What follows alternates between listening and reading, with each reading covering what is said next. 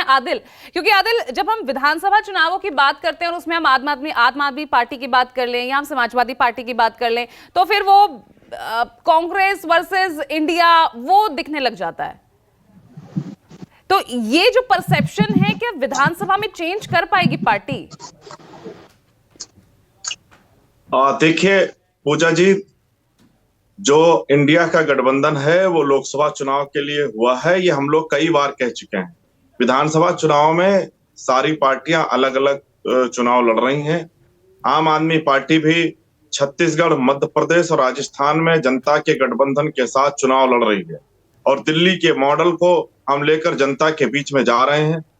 लोग अरविंद केजरीवाल जी के governance model को पूरी तरीके से पसंद कर रहे हैं और हमें पूरा भरोसा है कि जिस तरीके से दिल्ली की जनता ने अरविंद केजरीवाल जी की सरकार को चुना है, पंजाब की जनता ने अरविंद केजरीवाल जी की सरकार को चुना है और आज पूरा देश अरविंद केजरीवाल जी को गारंटी मैन के नाम से जानता है, इन तीनों राज्यों में भी। लेकिन ये गारंटीज इन राज्यों में कैसे चलेगी जबकि यही गारंटीज आपके दूसरे राजनीतिक दल दे चुके हैं?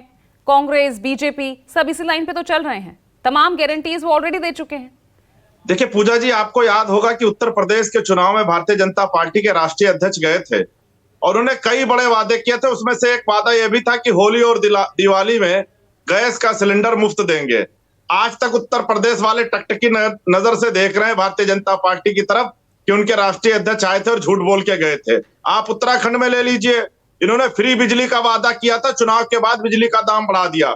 तो ये पूरा देश जानता है कि गारंटी मैन कौन है और जुमलेबाज कौन है। अभी मध्य प्रदेश की बात हो रही थी।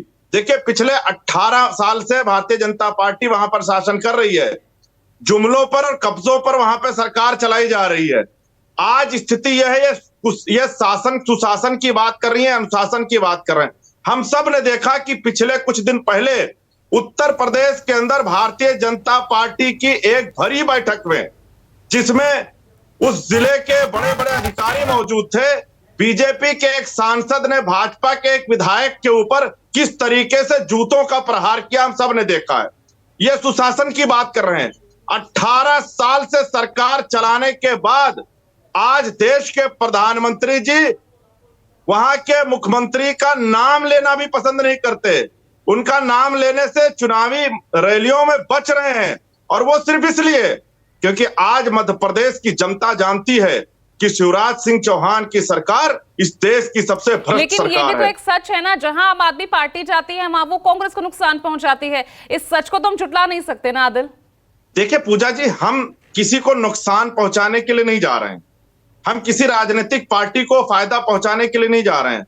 हम तो इस देश के हर एक व्यक्ति को चाहते हैं कि फ्री शिक्षा मिले, हर एक बीमार को हम चाहते हैं कि मुफ्त और अच्छा इलाज मिले। हम चाहते हैं कि इस देश के हर राज्य में, हर घर में फ्री और 24 घंटे बिजली मिले, साफ पानी मिले। हम चाहते हैं कि इस देश के महिलाओं को सम्मान सहित फ्री में यात्रा मिले, बुजुर्गों को तीर्थ यात्रा कराई जाए। इस देश के नाम पर जो शहीद होते हैं उनके परिवार को 1 करोड़ रुपए की सम्मान राशि दी जाए। हम तो जहां जाते हैं यह मॉडल लेकर जाते हैं और आज पूरे देश की जनता टकटकी नजरों से अरविंद केजरीवाल जी की तरफ और आम आदमी पार्टी की तरफ देख रही है।